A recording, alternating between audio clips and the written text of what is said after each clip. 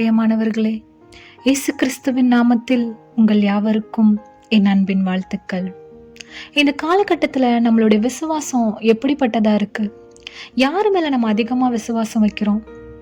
ஆண்டவரை காட்டிலும் மனிதர்கள் மேல நம்ம வைக்கிற விசுவாசம் அதிகமா இருக்கு இல்லையா? இது எவ்வளவு தவறான காரியம் இல்ல. ஆண்டவர் இந்த வானத்தையும் பூமியையும் சகலத்தையும் சிருஷ்டித்த தேவன்.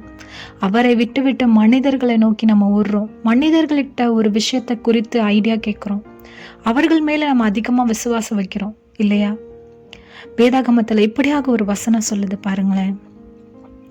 மார்க் 9:23, இயேசு அவனை நோக்கி, நீ விசுவாசிக்க கூடுமானால் ஆகும், விசுவாசிக்கிறவனுக்கு எல்லாம் கூடும் என்றார்.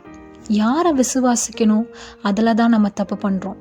ஆண்டவரை விசுவாசிக்கணும். நம்ம இந்த ஜீவ பலனோடு உயிரோடு இருப்பது கர்த்தருடைய கிருபை மாத்திரமே. அவர் மேலே நம்ம விசுவாசம் வைக்கணும். நமக்கு ஒரு கஷ்டம் வருது, அவரை நோக்கி கூப்பிடணும்.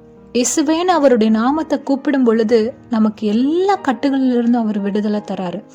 வேதாகமத்தில் அநேக விசுவாசக்காரர்களை நம்ம பார்க்குறோம். 38 வருஷ வியாதியஸ்தர், ஏசப்பா படுக்க எடுத்துக்கொண்டு நடன்னு சொன்னானா அவர் நடப்பாரு. பிறவி குருடர், ஏசப்பாவை நோக்கி கூப்பிடும் பொழுது என்னன்னு கேட்ட பொழுது நான் பார்வை அடையன்னு சொன்னோன்னா ஏசப்பா அவருக்கு பார்வை கொடுப்பாரு. 12 வருஷம் ஒரு இரத்தப்போக்குடைய ஸ்திரீ ஏசப்பானுடைய அங்கியை தொட்ட பொழுது அவங்க குணமாயிட்டாங்க. இதெல்லாம் நடக்கிறதுக்கு காரணம் அவர்களுடைய விசுவாசம்.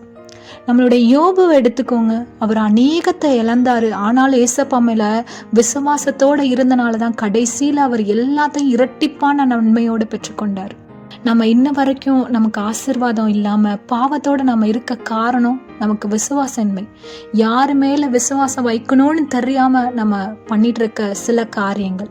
ஏசப்பா மேல நம்ம விசுவாசம் வைக்கும் பொழுது ஏசப்பா நமக்கு அநேக காரியங்கள், இந்த ஆசீர்வாதத்தையும் விடுதலையும் அவர் தர சித்தமா இருக்கிறார்.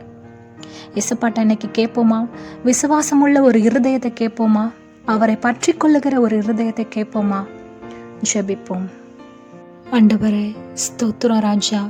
ஆண்டவரே, உங்க மேல நாங்க அதிகமா விசுவாசம் வைக்க எங்களுக்கு ஒரு இருதயத்தை, புதிதான ஒரு இருதயத்தை கொடுங்க ராஜா. ஆண்டவரே, உமக்காக நாங்க வாழ, உம்மை பற்றி கொண்டு வாழ கிருபை செய்யுங்க.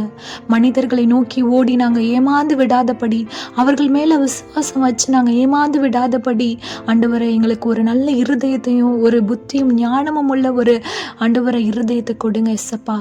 இசப்பா, உமக்காக ஆண்டவரை உம்மை நோக்கி ஓட, ஆண்டவரை உம்மை மாத்திரம் விசுவாசிக்க எங்களுக்கு ஒரு இருதயத்தை கொடுங்க ராஜா. அப்படியாக நீ செய்வீர் என்று விசுவாசிக்கிறேன்.